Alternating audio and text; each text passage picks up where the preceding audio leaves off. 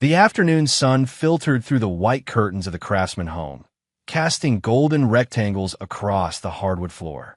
Joseph Carver stood in the kitchen doorway, arms crossed, watching the empty street through the window. The clock on the wall ticked past 3:15.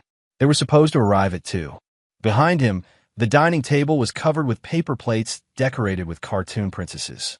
A homemade chocolate cake sat in the center, 8 candles waiting to be lit. Pink and yellow balloons clustered in every corner of the room, their ribbons dangling like forgotten promises. "Daddy." Joseph turned. Lily sat at the kitchen table in her yellow dress, the one she'd begged for at the department store last month. She'd worn it with such pride this morning, twirling in front of the mirror until the skirt flew out around her. Now she sat perfectly still, her small hands folded in her lap, her legs swinging beneath the chair. "Do you think anyone's coming?" The question hit him like a fist to the sternum. Joseph crossed the kitchen and knelt beside her chair, bringing himself eye level with his daughter. Her dark eyes, his eyes, searched his face for reassurance he wasn't sure he could give. "They said they were coming, sweetheart." He kept his voice steady, the same voice he used when checking for monsters under her bed. "And I always keep my word." "I thought they did too." Lily nodded, but her gaze drifted back to the window. Outside, the banner he'd hung that morning fluttered above the picnic table. "Happy 8th birthday, Lily." The letters were uneven where she'd helped him color them in with markers.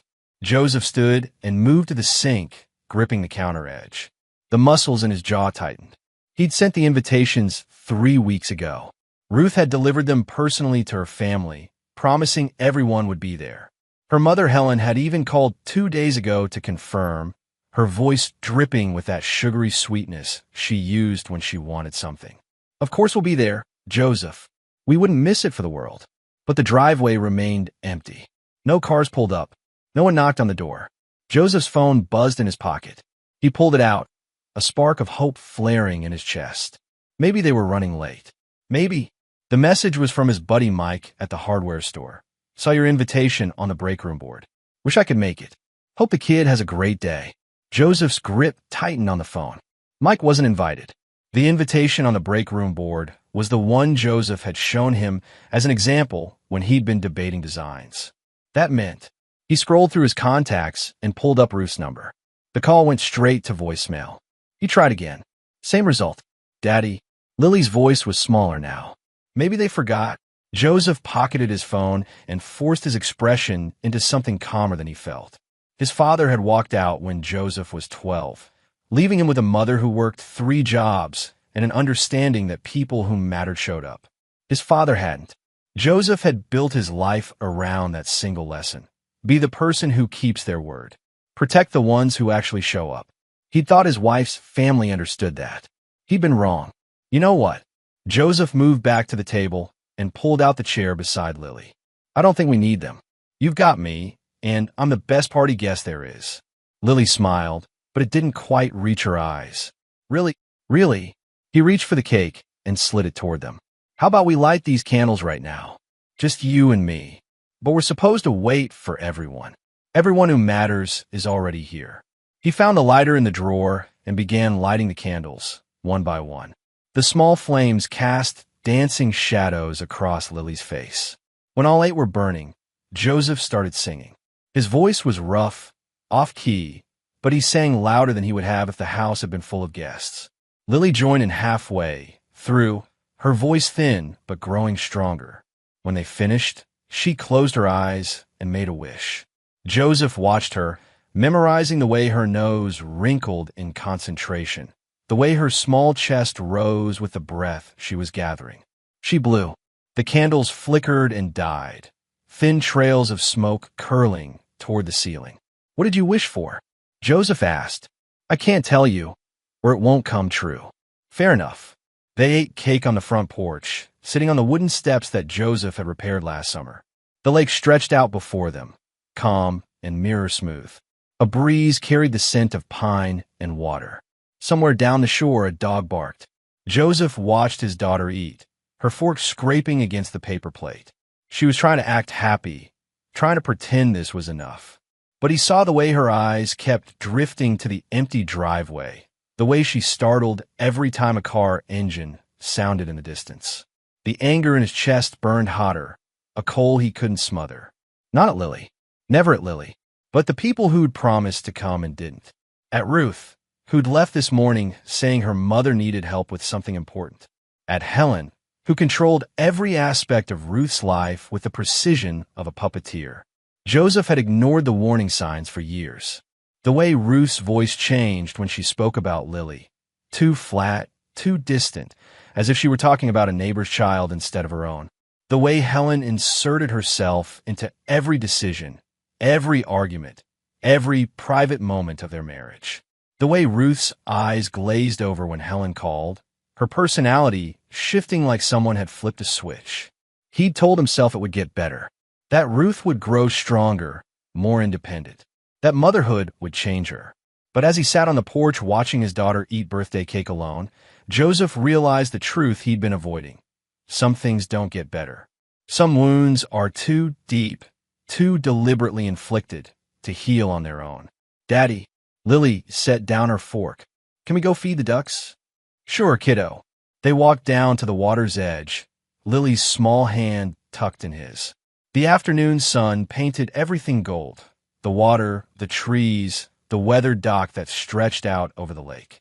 Joseph had a bag of stale bread in his jacket pocket, left over from sandwiches earlier that week. They tore pieces off and tossed them to the mallards that paddled close to shore. Lily laughed when one dug dove for a piece and came up with its tail feathers pointed at the sky. The sound loosened something in Joseph's chest. As long as she could still laugh, he'd done something right. But when they walked back to the house, the anger returned, settling in his bones like arthritis. The empty driveway seemed to mock him. The banner flapped in the wind, suddenly absurd. Inside, Joseph helped Lily out of her yellow dress and into jeans and a t-shirt. He packed away the untouched party favors, the unused games, the pile of paper plates that would never be needed. The house felt bigger now, emptier, filled with the echo of disappointment. By the time the sun set, painting the sky in shades of orange and purple, Joseph had made a decision. He couldn't control Ruth's family. He couldn't force them to care about Lily the way she deserved. But he could control what happened next. He could protect his daughter from another day like this. He just hadn't figured out how yet. The clock read 10:30 when headlights swept across the living room wall. Joseph sat on the couch, Lily asleep upstairs, a glass of water untouched on the coffee table beside him. He'd been sitting there for hours, his mind churning through scenarios, each one darker than the last. The front door opened. Ruth stepped inside, her purse slung over her shoulder, her phone already in her hand. She looked up, startled to see him waiting in the dim light. "Oh, you're still up." Joseph didn't move. "Where were you?" "Mom needed help with something." Ruth closed the door and kicked off her shoes. "Sorry I'm late." "Late." Joseph let the word hang in the air. "It's Lily's birthday, Ruth." "I know that." Ruth's tone sharpened, defensive. "Mom had emergency. I told you this morning. You said you'd be back by noon." "Well, things took longer than expected." She scrolled through her phone, not looking at him. "I'm sure the party was fine." "There was no party." That made her glance up. "What?" No one came. Joseph's voice stayed level, controlled. Years of swallowing his anger had taught him how to keep it locked behind his teeth. "Not one person from your family showed up." Ruth blinked. "What? That's really? No one? Not one. Well." She set her purse on the hall table, her fingers fumbling with the strap. "Mom must have mixed up the time or something. You know how she is with dates. She called 2 days ago to confirm." "Well, maybe there was confusion." Ruth still wouldn't meet his eyes. "I'll talk to her tomorrow. I'm sure it was just a mistake." Joseph stood slowly. The movement made Ruth take a half step back, though he'd never given her a reason to fear him. But she recognized something in his posture now, something that hadn't been there before. "A mistake," he repeated. "Yeah, an honest mistake." Ruth's voice had that strange quality again, the flat effect that made her sound like she was reading from script. "I mean, these things happen." Lily waited for 3 hours. I'm sure she understood. "She's 8 years old, Ruth." Joseph's control slipped, just a fraction. "She wore her favorite dress. She helped me make that banner." She kept asking if people were coming, and I had to tell her they would because you promised me they would. Ruth's jaw tightened. Don't put this on me. I'm not in charge of what my family does. No, but you're in charge of being her mother. Joseph moved past her toward the stairs. And you weren't here. I was helping my mother. You're always helping your mother. He stopped on the bottom step, looking back at her. When does Lily get that kind of help? Ruth's face flushed. That's not fair. No, it's not. Joseph climbed the stairs, each step deliberate. Behind him, Ruth stayed frozen in the entryway, her phone still clutched in her hand. He heard her moving toward the kitchen, heard the refrigerator open and close, heard the familiar sounds of her avoiding the conversation they needed to have.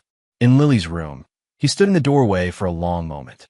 She slept on her side, one arm wrapped around the stuffed rabbit she'd had since she was 2.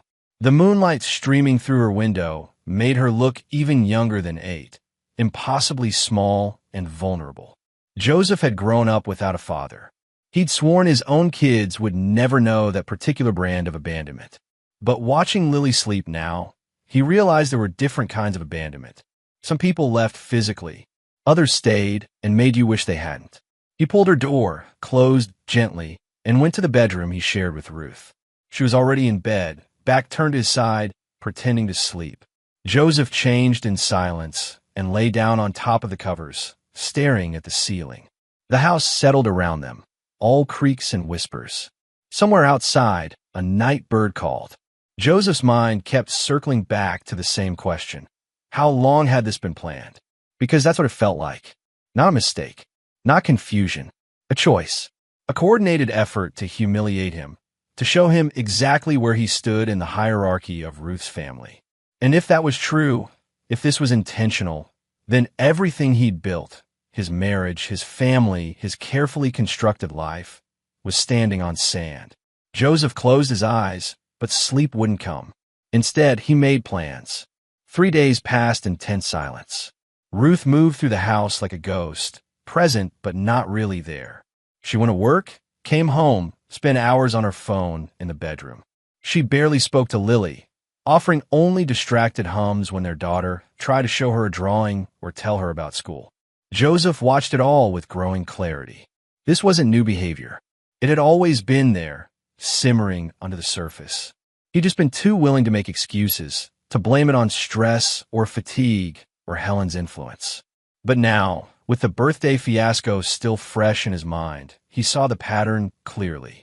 Ruth pulled away from Lily in small, calculated doses. A hug that lasted a beat too short. A compliment that never quite sounded sincere. A promise to play that dissolved into maybe later and never materialized. On Thursday morning, Joseph was making Lily breakfast when his phone buzzed. He glanced at the screen and felt his blood pressure spike. The message was from Helen. Need $1,850 for Ruth. She's going through something. Send it now. Joseph read it 3 times, each pass making his anger sharper. No greeting, no explanation, no apology for the birthday party. Just a demand. He set down the spatula and picked up his phone. His thumbs moved across the screen with deliberate precision. He opened his banking app, navigated to the transfer screen, and sent exactly $1 to Helen's account. In the message field, he typed a single word, congrats. The satisfaction was immediate and primal. Joseph set his phone down and went back to flipping pancakes, a grim smile tugging at his mouth. What's funny, Daddy? Lily asked from the table. Nothing, sweetheart. Just remember to joke. The pancakes were perfect, golden brown, fluffy.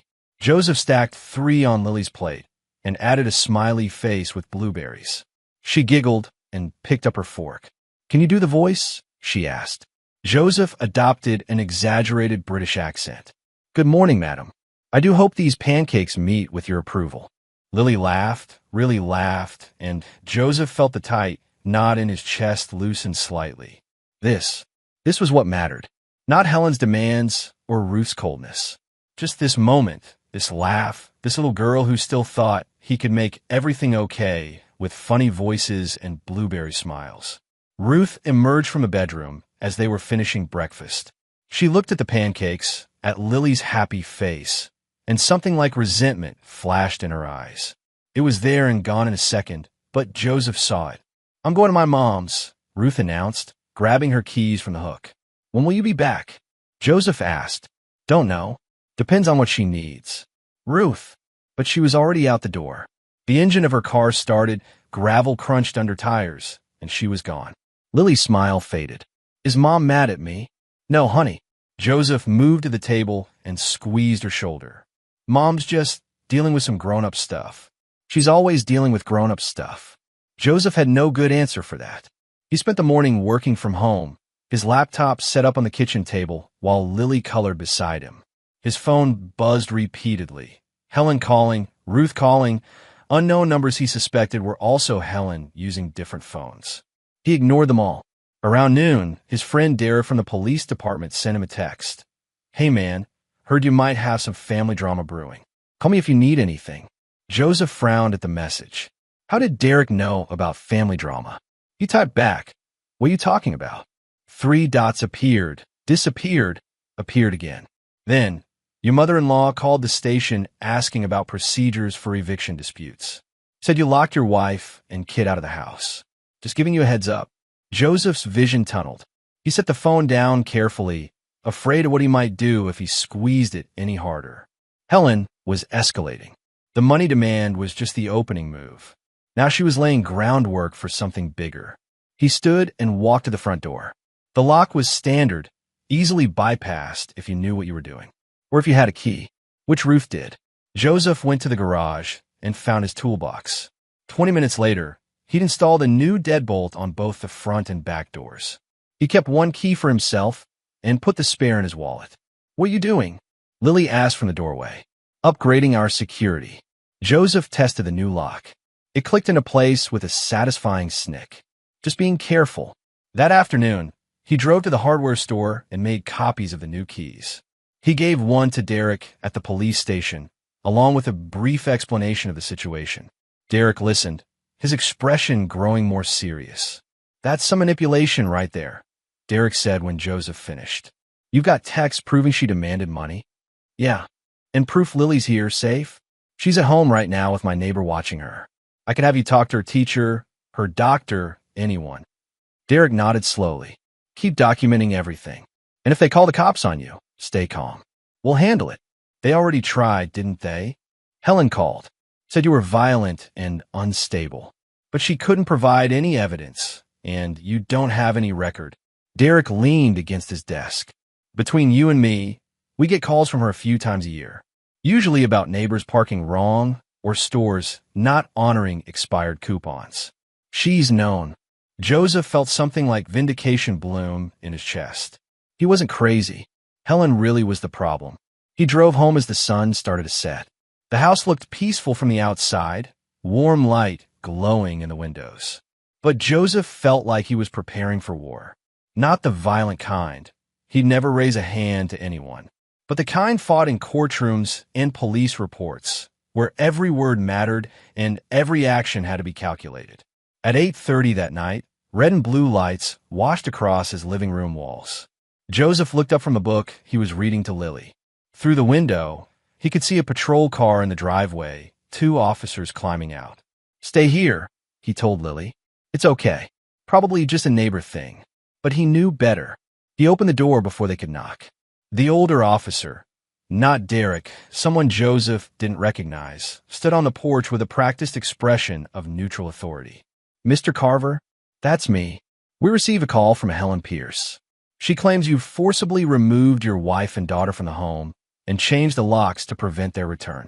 Is that accurate?" Joseph stepped onto the porch, pulling the door mostly closed behind him. "My daughter is asleep inside, safe and sound. My wife has been in and out all week. Her mother's not welcome here because she's been harassing me, but my wife has never been locked out. Can you prove that?" Joseph pulled out his phone and showed them the text demanding money, showed them his bank transfer of $1, showed them the string of ignored calls and increasingly hostile voicemails Helen had left. "This was today," Joseph said.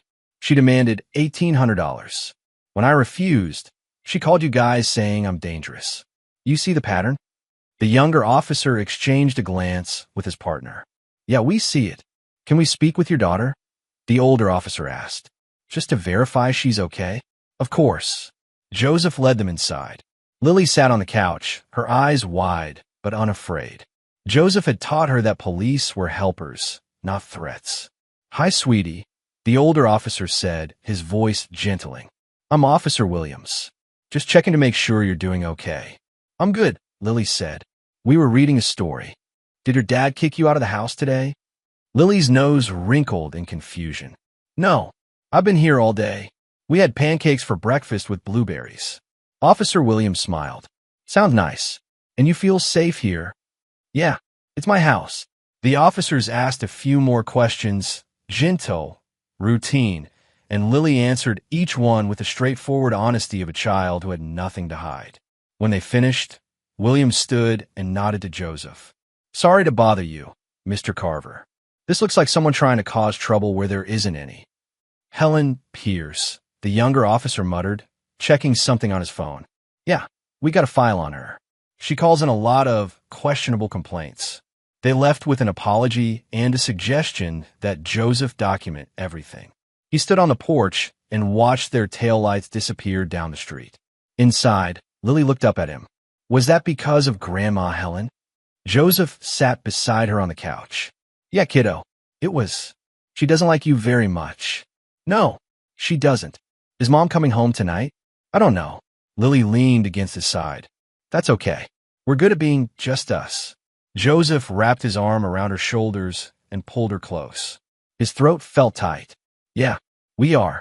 But as he held his daughter, watching the last of the police lights fade, Joseph made a decision. This wasn't just about Helen's manipulation anymore. This was about Ruth's complicity, about the way she'd slowly abdicated her role as mother, about the poison Helen had been dripping into their marriage for years. He couldn't fix Ruth.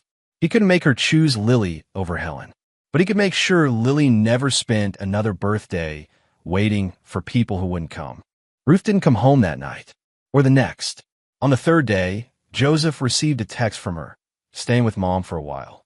Need space to think. He didn't respond. Instead, he focused on Lily's routine, school drop-off, homework at the kitchen table, dinner at 6, reading before bed. They walked to the park on sunny afternoons. They rented movies on rainy evenings. They existed in a bubble of two, and Joseph found it surprisingly easy. The house felt calmer without Ruth's tense presence, without the constant checking of her phone, without the way she moved through rooms like she was trying to leave even when she was standing still. But Joseph's mind kept working, turning over details. Helen's demand for exactly $1,850 kept nagging at him. That specific amount felt significant, chosen. Not a round number like 2,000. Not an arbitrary request. Intentional. On Saturday morning, while Lily was at a friend's house for a playdate, Joseph began searching through their home office. He pulled out file boxes from the closet, rifled through desk drawers, sorted through years of accumulated paperwork. Most of it was mundane, tax returns, utility bills, insurance documents. But in the back of the bottom drawer, beneath a stack of old greeting cards, he found a manila envelope sealed with tape that had yellowed with age. The return address was from White Cedar Regional Hospital. The date stamp showed it had been mailed 8 years ago, right around the time Lily was born. Joseph's hands stilled. He didn't remember ever seeing this envelope before. He broke the seal carefully. Inside were several documents, most of them standard hospital forms. But one page made his blood run cold. Genetic records update father confirmed. Joseph Carver mother's request. Mark father as uninvolved for future correspondence. His vision blurred at the edges. Ruth had tried to remove him from Lily's paperwork. Not because there was any question about paternity. The DNA test confirmed he was Lily's father. But because Ruth, or someone controlling Ruth, wanted him erased from the official record. He kept reading. Beneath that notice was a second document, this one a billing statement. Services rendered, genetic testing and documentation total cost, $1,850 paid in full by Helen Pierce. Joseph sat down hard in the desk chair. The numbers aligned with horrible precision. Helen hadn't been asking Ruth for money. She'd been demanding reimbursement for a bill she'd paid 8 years ago.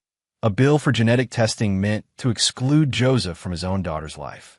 They'd never expected him to find these documents. Why would they? The envelope had been buried, forgotten, just one more piece of paper in a house full of paperwork. But now Joseph held proof of something deeper than manipulation. This was conspiracy. This was a coordinated effort, spanning years, to undermine his role as Lily's father from the very beginning. He thought back to those early days after Lily was born. Ruth had been distant, almost cold. He'd attributed it to postpartum depression, had been patient, had taken on extra duties to give her space. But now he wondered how much of that was Helen's influence.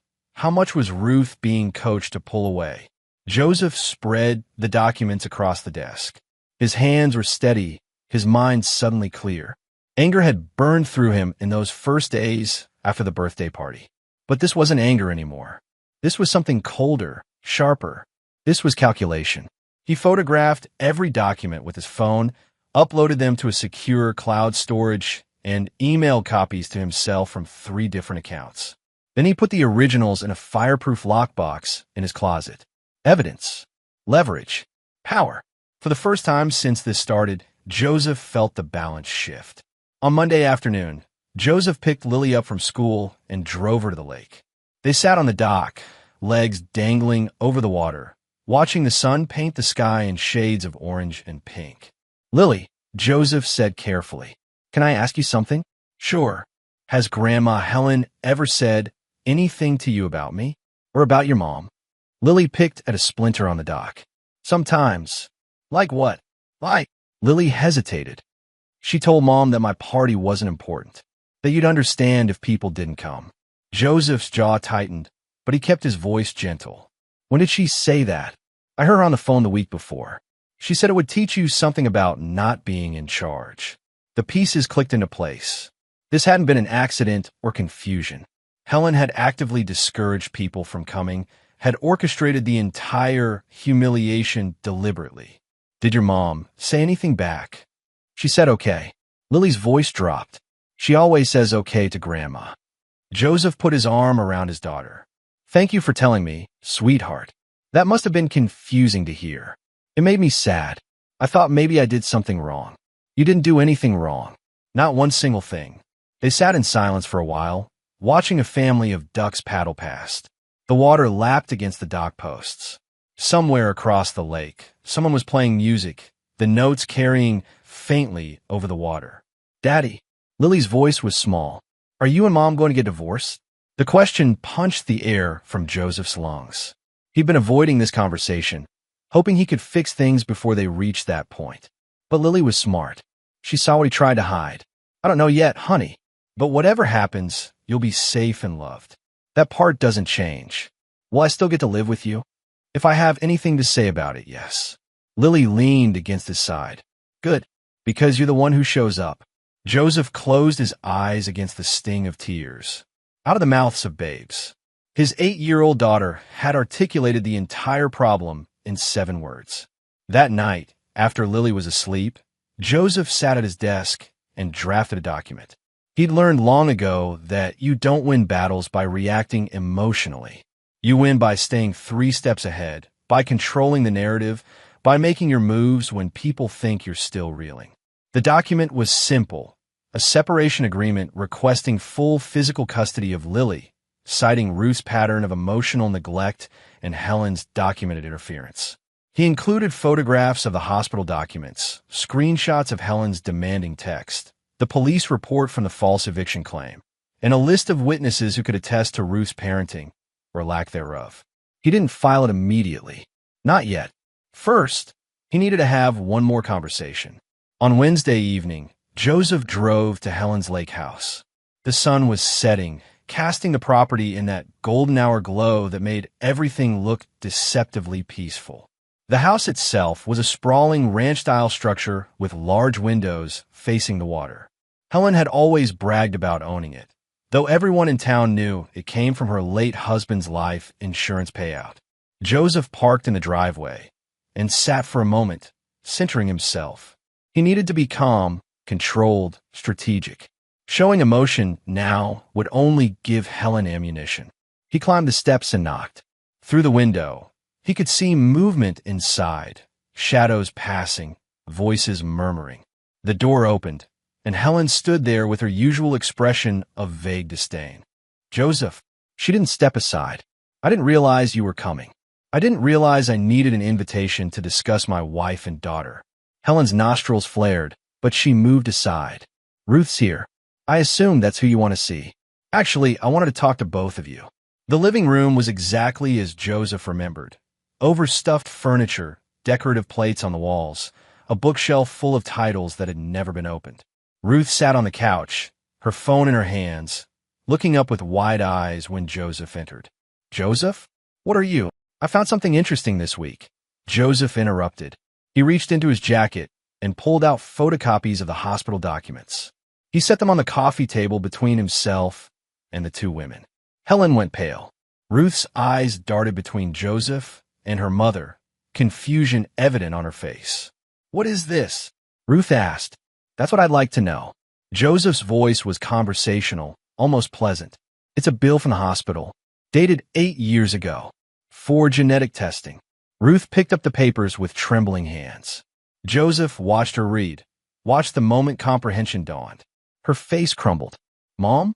You paid to test if Joseph was Lily's father." "I was protecting you," Helen snapped. "You were so young, so naive. I needed to be sure. But I never slept with anyone else." Ruth's voice rose, cracking. "You knew that. I knew what you told me." Helen's tone was ice. "Forgive me for being thorough." Joseph leaned forward. "You didn't just test paternity, though. You paid extra to have me marked as uninvolved. You tried to erase me from my daughter's official records before she was even a week old. That was for Ruth's protection. Stop lying." The words came out sharp, harder than Joseph intended. "The document is clear. You want to make sure I had no legal claim to Lily. You wanted to control the situation from day one." Ruth stared at her mother. "You told me it was just a standard test. You said the hospital required it. I did what needed to be done. And the money you demanded last week." Joseph continued. $1,850. The exact amount you paid for that test. You weren't asking for money for Ruth.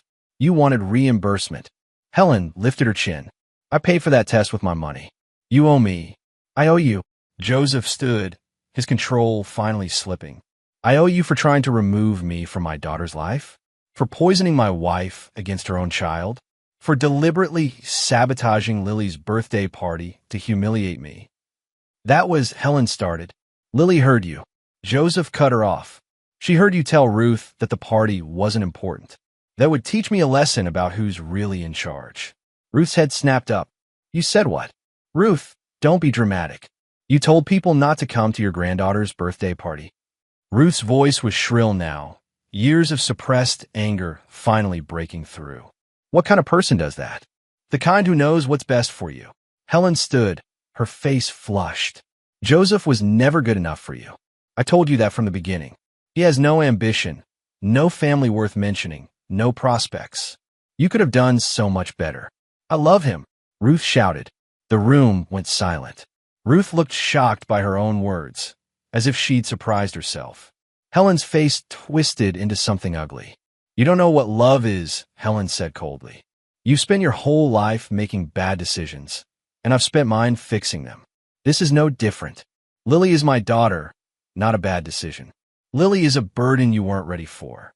Helen's words were precise, surgical. "I've watched you struggle for 8 years. I've watched you resent that child for tying you down. Don't pretend otherwise." Ruth flinched as if she'd been slapped. Joseph saw the moment something broke in his wife's eyes, not into pieces that could be repaired, but into dust. "You did this," Ruth whispered. "You made me feel that way. Every time I started to bond with her, you'd say something. Some little comment about how hard my life was now, how much I'd given up, how I'd never be free. You poisoned me against my own daughter. I told you the truth. You told me your truth."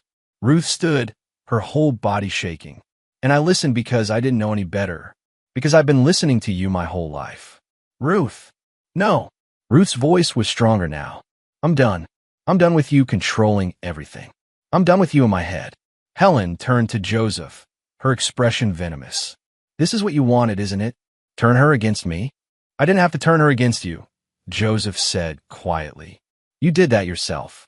He reached into his jacket again and pulled out another document. This is a separation agreement. I'm filing for full custody of Lily, citing your documented interference in our marriage and Ruth's pattern of emotional neglect. I have the hospital paperwork proving you tried to exclude me from Lily's life. I have texts proving you demand money and file false police reports. I have witness testimony from Lily's teachers, doctors, and neighbors about Ruth's lack of involvement. He set the document on the table.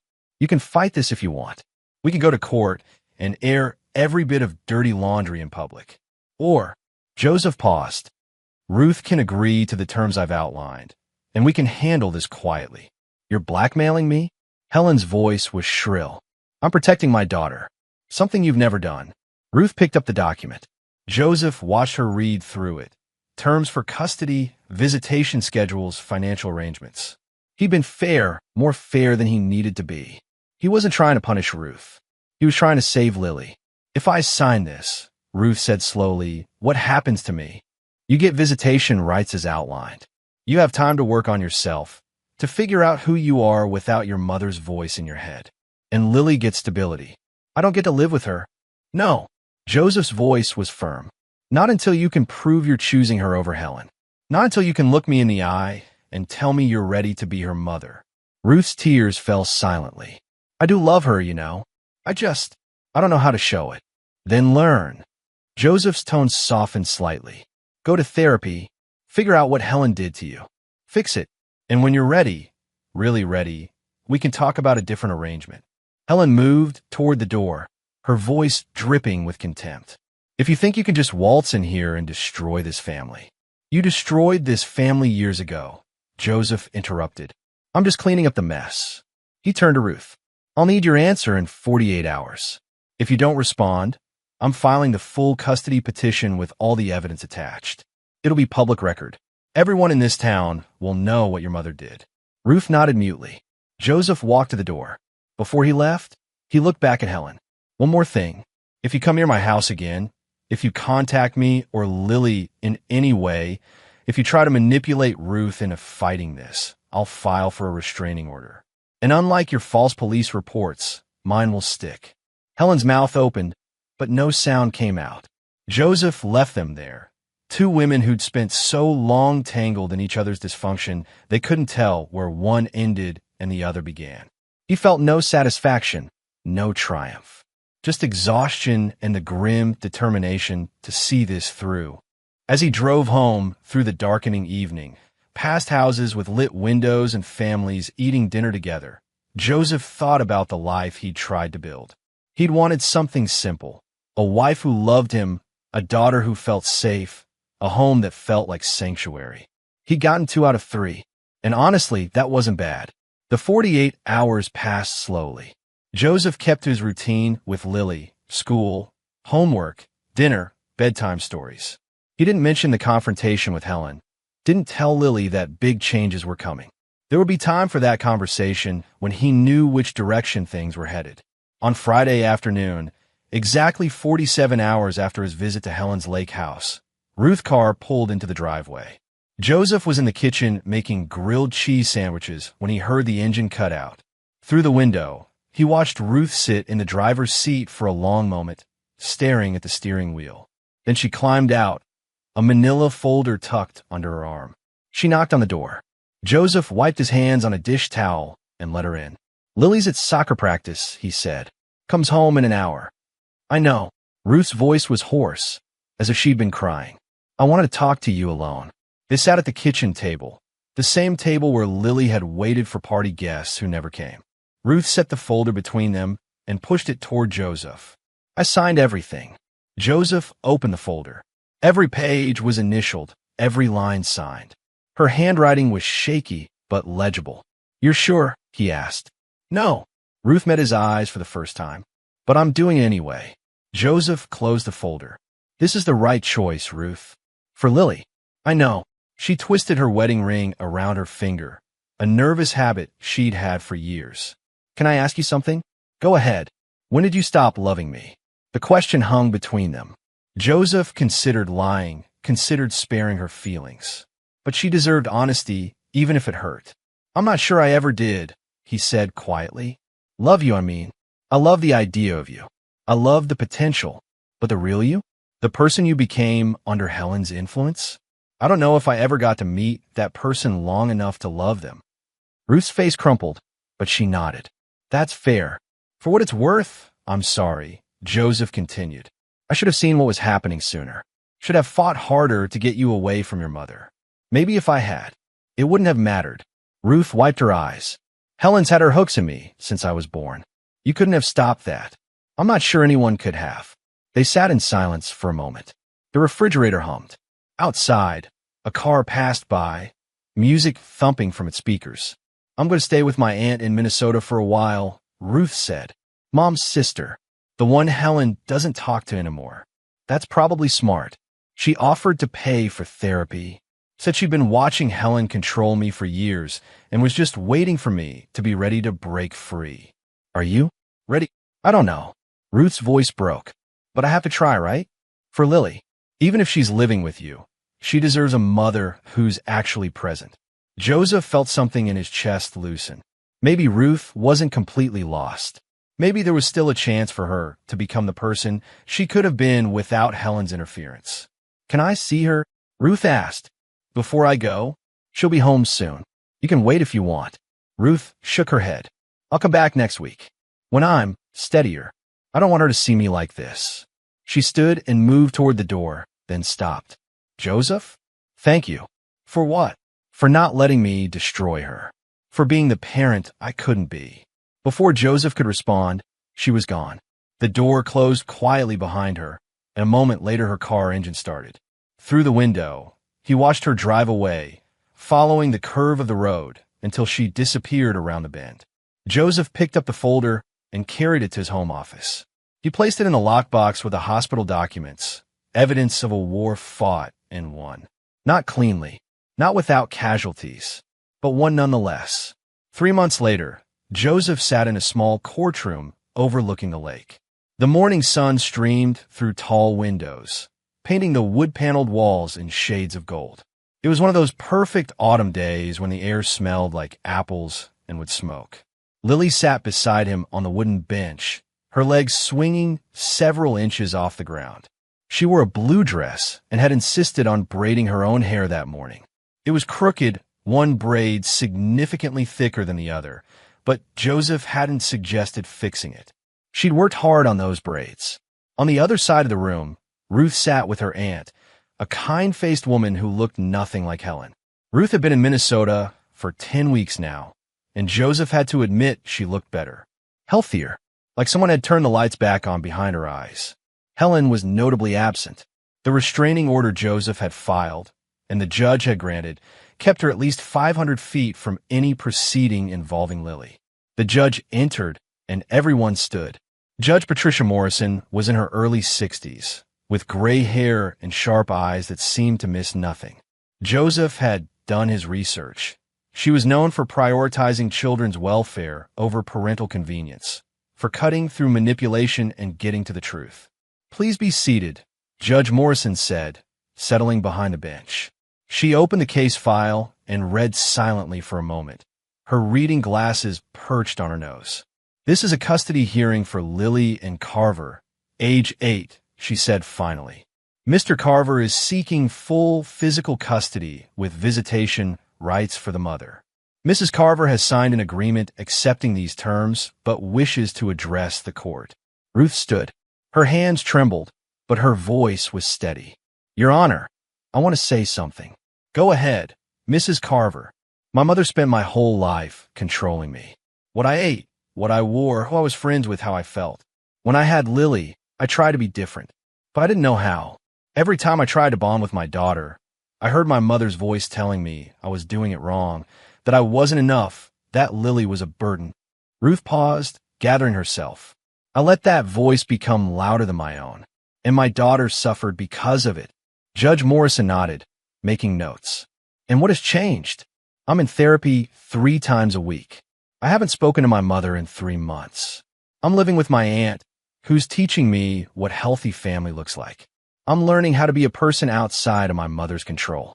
And do you agree that full custody to Mr. Carver is in Lily's best interest? Ruth's eyes welled with tears. Yes, Your Honor. My daughter deserves stability. She deserves a parent who shows up. Right now, that's Joseph. Hopefully, someday, it'll be both of us.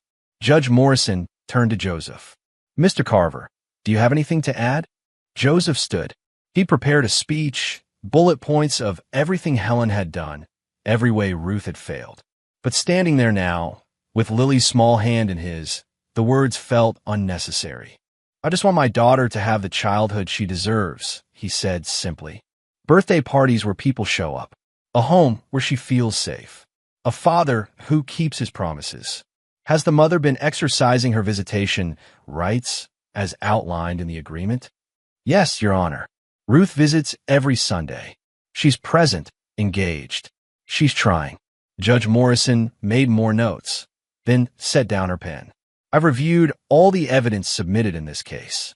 The hospital documents, the text messages, the police reports, the witness statement from teachers and neighbors. I've also reviewed the psychological evaluation of the child conducted by Dr. Reynolds, which indicates Lily feels safe and secure in her father's care. She looked at Lily. Lily, honey, can you stand up for me? Lily stood, gripping Joseph's hand tighter. I want you to know that everything we're talking about today is to make sure you're safe and happy. Do you understand that? Yes, ma'am, Lily said quietly. Good. Now, I'm not going to make you choose between your parents. That's not fair to ask a child. But I want you to know that you can live with your dad, and you'll still see your mom regularly. Does that sound okay? Yes, ma'am. That's what I want. Judge Morrison smiled. You did something very brave by writing that letter to the court. The one that said your dad always shows up. That helped me understand what you needed. Lily nodded, her cheeks flushing. All right, you can sit down now. Judge Morrison reviewed her notes one final time, then picked up her gavel. Joseph felt Lily press against his side. After careful consideration of all evidence and testimony presented, the judge said, this court grants full physical custody of Lily and Carver to Joseph Michael Carver, with structured visitation rights for Ruth and Carver as outlined in the signed agreement. This custody arrangement will be reviewed in 1 year to assess if any modifications are warranted. The gavel struck with a sound that echoed through the small courtroom. It was over. Joseph felt Lily's arms wrap around his waist. He knelt and hugged her properly, feeling her small body shake with relief. Over her shoulder, he saw Ruth crying silently, her aunt's arm around her shoulders. This wasn't a victory. Not really. A victory would have meant a healthy family, 2 parents who worked together, a grandmother who loved instead of manipulated. This was just the best outcome from a bad situation, the least painful way to stop the bleeding. But it was enough. As they left the courtroom, walking down the steps into the cool autumn air, Lily looked up at him. Can we go feed the ducks, Daddy? Absolutely. They drove to their usual spot on the lake. Joseph had brought bread this time, proper duck-feeding bread he'd bought at the store that morning. They stood at the water's edge, tossing pieces to the mallards that paddled close. Daddy, Lily said after a while, is Mom going to be okay? I think so. She's working on it. And Grandma Helen? Grandma Helen can't bother us anymore.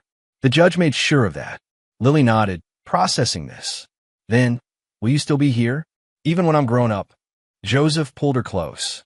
Kid, I'm going to be at every birthday party, every school play, every soccer game, every moment you want me there. That's a promise. Okay. Lily leaned against him. I believe you. They stood there until the sun started to set, until the ducks paddled away, until the air grew cool enough that Lily shivered. Joseph wrapped his jacket around her shoulders, and they walked back to the truck hand in hand. Driving home, Joseph glanced at his daughter in the rearview mirror. She was humming to herself, drawing patterns on the fogged window. Content. Safe. His. He'd spent years trying to be a good husband, trying to save a marriage that was broken from the start. But being a good father? That came naturally. That was the one thing he'd gotten right without trying. As they pulled into the driveway, the house lights glowing warm and welcoming, Joseph thought about the future. There would be challenges. Ruth's recovery would be long and uncertain. Helen would probably try to worm her way back in despite the restraining order, and Lily would eventually ask harder questions about why her family looked different from her friends' families. But they would face those challenges together. Just the two of them, like they'd always been. The ones who showed up. Joseph parked the truck and unbuckled his seatbelt. "Come on, kiddo. Let's get some dinner going. Can we have pancakes?" Lily asked hopefully. "For dinner? Why not? You're in charge now." Joseph laughed, really laughed for the first time in months. "You make an excellent point. Pancakes, it is." They walked inside together, leaving the difficult day behind them. In the kitchen, Joseph pulled out the mixing bowl while Lily found the syrup. The house filled with the smell of butter and vanilla, with Lily's chatter about school and her plans for next week. And as Joseph flipped perfect golden pancakes onto Lily's plate, arranging blueberries into a smiley face just like he always did, he realized something. This was revenge enough. Not the courtroom victory, not the restraining order, not the way Helen had been exposed and excluded. The real revenge was this moment. His daughter safe and laughing in a kitchen filled with warmth, choosing him without hesitation, trusting him without question. Helen had tried to erase him from Lily's life before she was even born. Ruth had pulled away, allowing her mother's poison to seep into her relationship with their daughter. But Joseph had done the one thing they never expected. He showed up every single day, through birthday parties where no one came, through police calls and legal battles, through the slow unraveling of his marriage. He showed up, and in the end, that was the only thing that mattered. As they sat at the table eating pancakes for dinner, Lily told him about a book she wanted to read, about a friend's upcoming birthday party, about a science project she was excited to start. Joseph listened, really listened, filing away every detail to remember later. "You know what, Daddy?" Lily said around a mouthful of pancake. "What's that, sweetheart?" "This is the best dinner ever." Joseph smiled. "Yeah, it really is." Outside, the last light of day faded from the sky. The lake grew dark and quiet. Somewhere across the water, another family was probably having their own dinner, their own conversations, their own version of normalcy. But here in this kitchen, in this moment, Joseph had everything he needed. His daughter was safe. His conscience was clear. His promises were kept. And for the first time in 8 years, he could breathe without carrying the weight of other people's expectations. The battle was over. The war was won. Not through anger or violence, not through revenge or retribution, but through the simple, relentless act of being present, of showing up every single time.